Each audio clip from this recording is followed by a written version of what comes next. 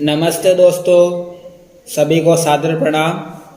आप सभी का सत्यार्थ प्रकाश संदेश यूट्यूब चैनल में मैं विकास आर्य आपका हार्दिक स्वागत करता हूं। मित्रों, हम स्वामी दयानंद सरस्वती द्वारा रचित सत्यार्थ प्रकाश पुस्तक के ऊपर चर्चा कर रहे हैं, जिसके अंतर्गत चलते हुए हमने आपको सत्यार्थ प्रकाश की भूमिका, द्वितीय समोल्लास, प्रथम समोल्लास के बारे में विस्तार से समझाया।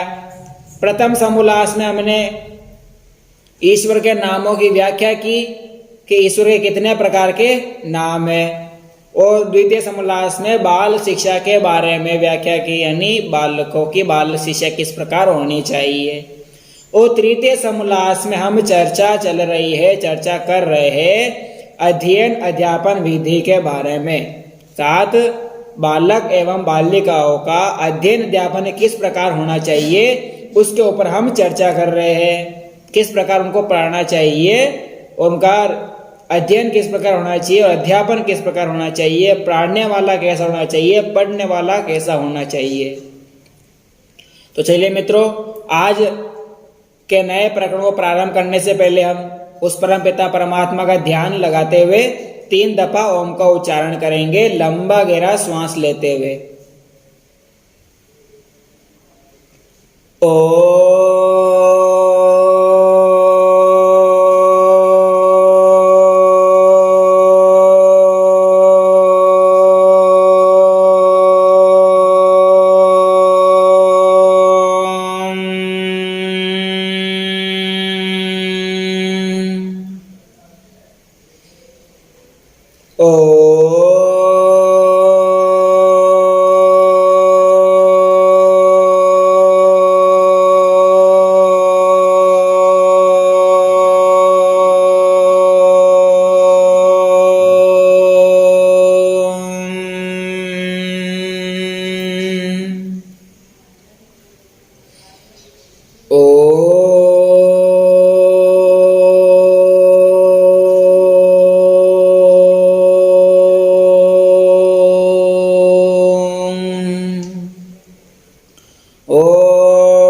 शन्नो मित्रः शं वरुणः शन्नो भवात्वयः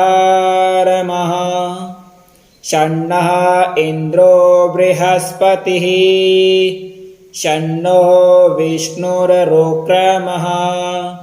नमो ब्रह्मणे नमस्ते वायुः त्वामेव प्रत्यक्षं ब्रह्मासि त्वामेव प्रत्यक्षं ब्रह्म वदिष्यामि, ऋतं वदिष्यामि, सत्यं वदिष्यामि। तन्मावतु तद्वक्तारवतु, अवतु माम् अवक्तु वक्ताराम्। ओम शांति शांति शांति। मित्रों, हमने पिछले प्रकरण के माध्यम से जाना कि ब्राह्मण किस प्रकार होना चाहिए, समग्र वेदों का जानना होना चाहिए, प्रतिष्ठा के विष के तुल्य सदा वो डरता रहना चाहिए, यानी अपनी प्रतिष्ठा जहाँ पर होती है उसको विष के समान रखना चाहिए, यानी मान और सम्मान में फर्क रखना चाहिए।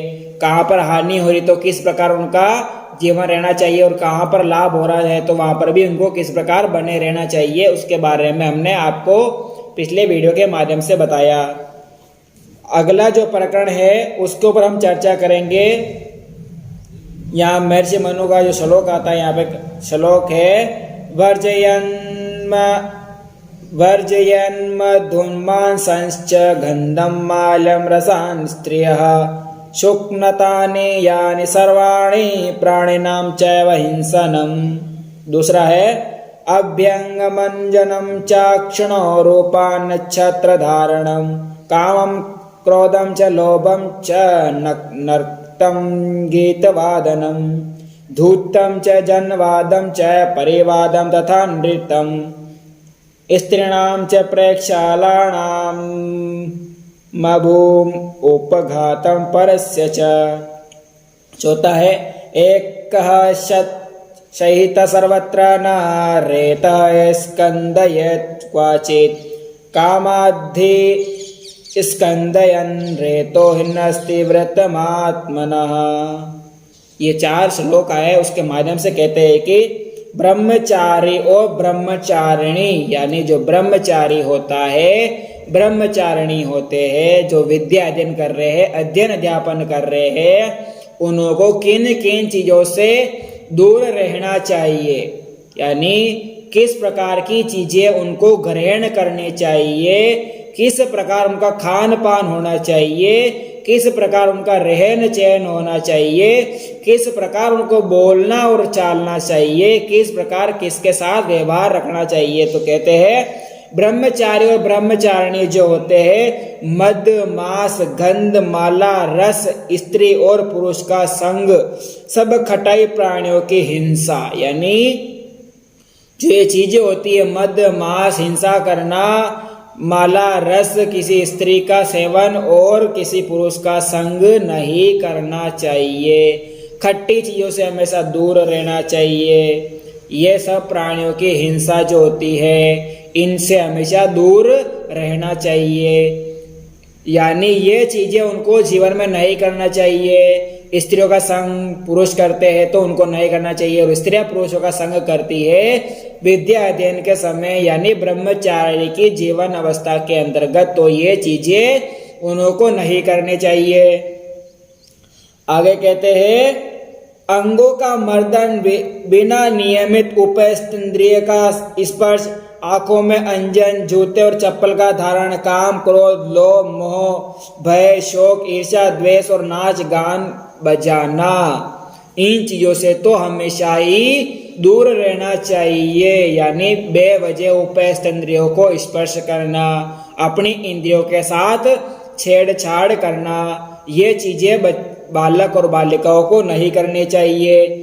आंखों में अंजन, जूते चप्पल छत्र का धारण करना, काम क्रोध लोभ मोह ईर्ष्या द्वेष इत्यादि चीजें होती है, इन मदों से भी उनको दूर रहना चाहिए, यानी ये जो वैष्णव वाली चीजें होती है, जीवन को नुकसान पहुंचाने वाली चीजें होती है, हमारे ब्रह्मचार्य जीवन को नष्ट करने वाली जो चीजें होती है, इनों से तो सर्वथा ही विमुक्त रहना चाहिए, हमेशा दूर ही रहना चाहिए। अगर इन चीजों में बालक और बालिका ब्रह्मचारी और ब्रह्मचारिणी लिप्त रहते हैं तो उनका जीवन कभी भी उन्नत नहीं हो सकता है, कभी भी वह सन्मार्ग की ओर अग्रसर नहीं हो सकते हैं। तीसरे में कहते हैं धूत, जिस किसी की कथा निंदा मिथ्या भाषण स्त्रियों का दर्शन आश्रय दूसरों की हानि आदि कुकर्मों को छोड़ देना चाहिए।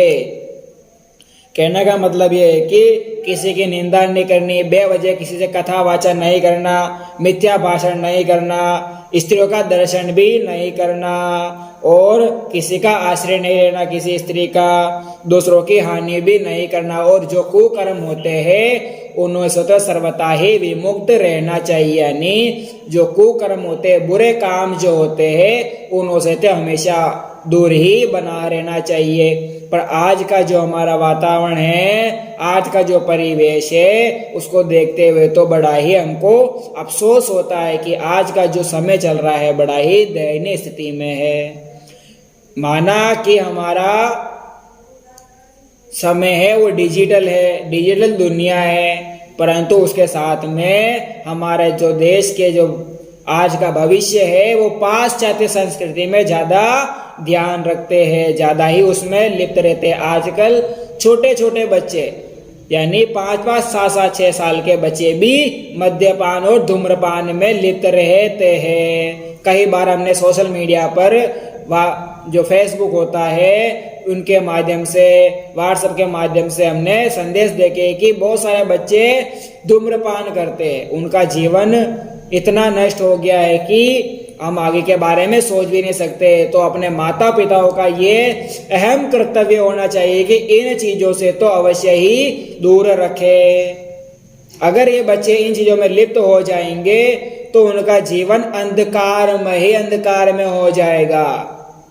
अगर बच्चे की यानी जब छोटा बच्चा होता है उसको यह नहीं पता होता है कि वो सही क्या कर रहा है और गलत क्या कर रहा है, यानी हमको उनको सही और गलत के बारे में फैसला करवाना चाहिए कि बच्चा जब भी कोई गलत काम करे तो उसको उसी समय टोक देना चाहिए कि ये काम हमको नहीं करना बेटा, अगर ये काम करते हैं तो आपको नुकसान झेलना पड़ेगा।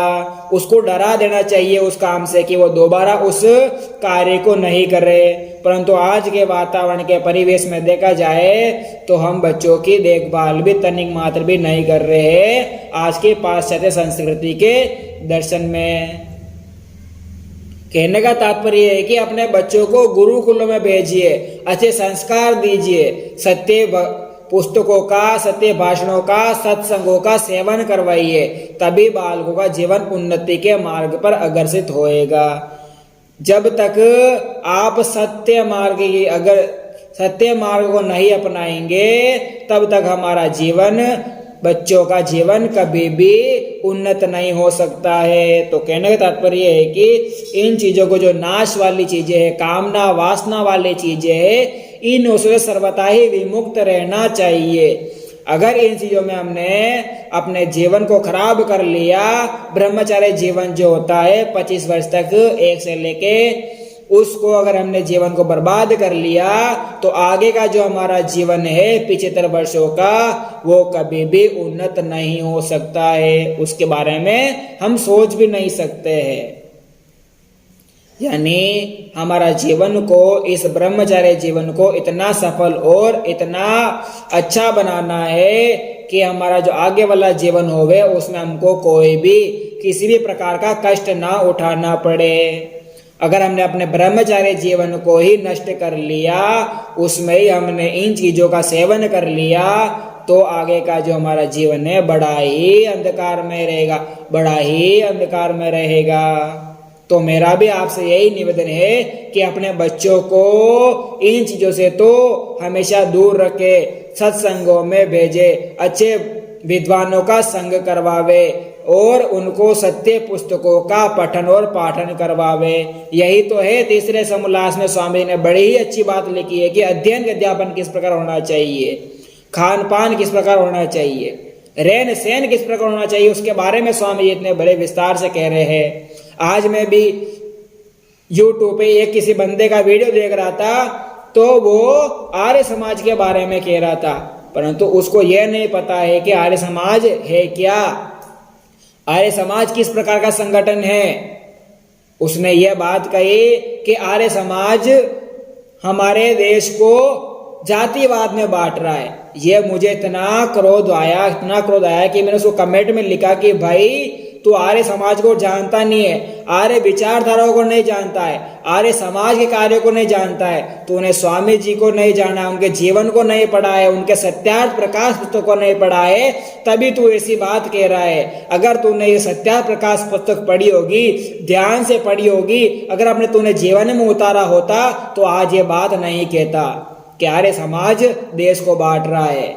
यह बात उसने बड़ी गलत की। मैंने उसको वापस जवाब दिया कि अगर तेरे को अगर चीज जाननी है, सत्य जानना, तो आ जाना हमारे चैनल पर, आ जाना आर्य समाज के चरण में, और यानी मेरे YouTube चैनल पे भी मेरे से साक्षात कर लेना, शास्त्रार्थ भी कर सकता है वो कि आर्य समाज चीज क्या है। जातिवाद में बांटा, आर्य समाज तो एक ऐसी चीज है जात पात को खत्म करने वाली चीज है। आर्य समाज में सब बराबर है, न कोई जात है, न कोई ऊंच है, न कोई भेद है, किसी प्रकार का ऊंच नीच भेदभाव नहीं है। उस बंदे ने बोला, मैंने वापस कमेंट में जवाब दिया उसको, अगर वापस जवाब आता है तो मैंने उसको डायरेक्ट कमेंट में लिखा कि अगर सच जानना है तो आ जाना मेरे YouTube चैनल में, सत्यार्थ प्रकाश संदेश के ऊपर मैं आपको सब भली प्रकार से और विस्तार से समझा दूंगा कि आर्य समाज है क्या चीज है। चलो ये विषय थोड़ा अलग से हटके हो गया था कि उसने इस पुस्तक के बारे में बोल दिया कि ये पुस्तक है वो जातिवाद में बांट रही है। तो मैंने यह बात बीच में रखी कि आर्य समाज कभी भी किसी के साथ अन्याय नहीं करता है। आर्य समाज में जो भी आता है उसका जीवन सदा ही उन्नत हो जाता है। स्वामी जी के जिसने चरण पकड़े हैं, आज वो हमेशा अपने जीवन को खुशहाल बनाए हुए है। यानी ये जो सत्यार्थ प्रकाश पुस्तक है, सत्य प्रकाश का प्रकाश करने वाली है। और उसने ऐसा कहा कि इस पुस्तक ने तो जातिवाद ही बांट दिया। कितनी बड़ी अफसोस की बात कही है।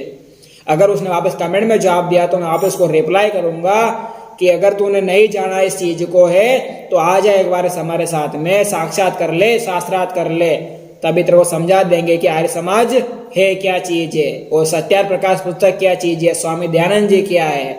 उनका जीवन तूने पढ़ा नहीं है इसलिए वो जानता नहीं है। तो चलिए उसके बारे में हम अगले और प्रकरण के माध्यम से आपको समझाएंगे। तो आज का थोड़ा सा विषय हटके हो गया था कि उसने इस पुस्तक के बारे में ऐसा बोल दिया था, स्वामी जी के बारे में ऐसा बोल दिया और हमारे आर्य समाज के बारे में बोला, तो मुझे बड़ा गुस्सा आया, बड़ा क्रोध आया, तो मैंने उसको वापस जवाब भी दिया, परंतु शीतलता से हमने काम लिया है। आज के प्रकरण में हमने हमारे में ये जाना कि ब्रह्मचारी को और ब्रह्मचारिणी को किस प्रकार का खान पान और रहन सहन रखना चाहिए, किन की चीजों से दूर रहना चाहिए और किन चीजों का संग और उनसे परस्पर मिलाप नहीं करना चाहिए।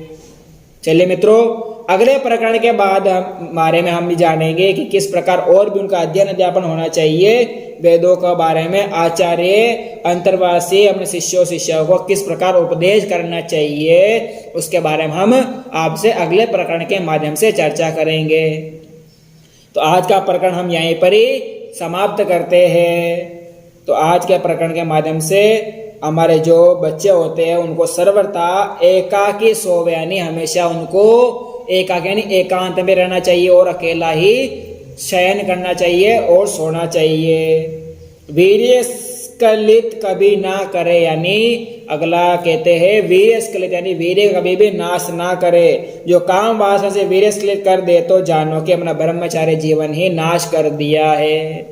यानी काम वासना के चक्कर में हमने अपने वीर्य को नाश कर लिया तो अपना पूरा जीवन ही नष्ट कर लिया है। तो इन चीजों से सर्वथा ही विमुक्त रहना चाहिए और ये हमारे बच्चों को तो अवश्य ही चीजों से दूर ही रखना चाहिए और उनको बचाना चाहिए। यह माता पिताओं का अहम कर्तव्य होता है कि वो इन चीजों से बारे में जानते नहीं है बालक और बालिकाएं, तो उनको इन चीजों से अवश्य ही अवगत करवाने चाहिए। चलिए मित्रों, आज के हम प्रकरण को यही विराम देते हैं। आज की जो अगर आपने हमारे पिछली वीडियो नहीं देखे हैं तो आप उनको देख लीजिए, उनको समझ लीजिए, तभी हम जो आपको बात बताना चाह रहे हैं वो आपको आसानी से समझ में आ जाएगी।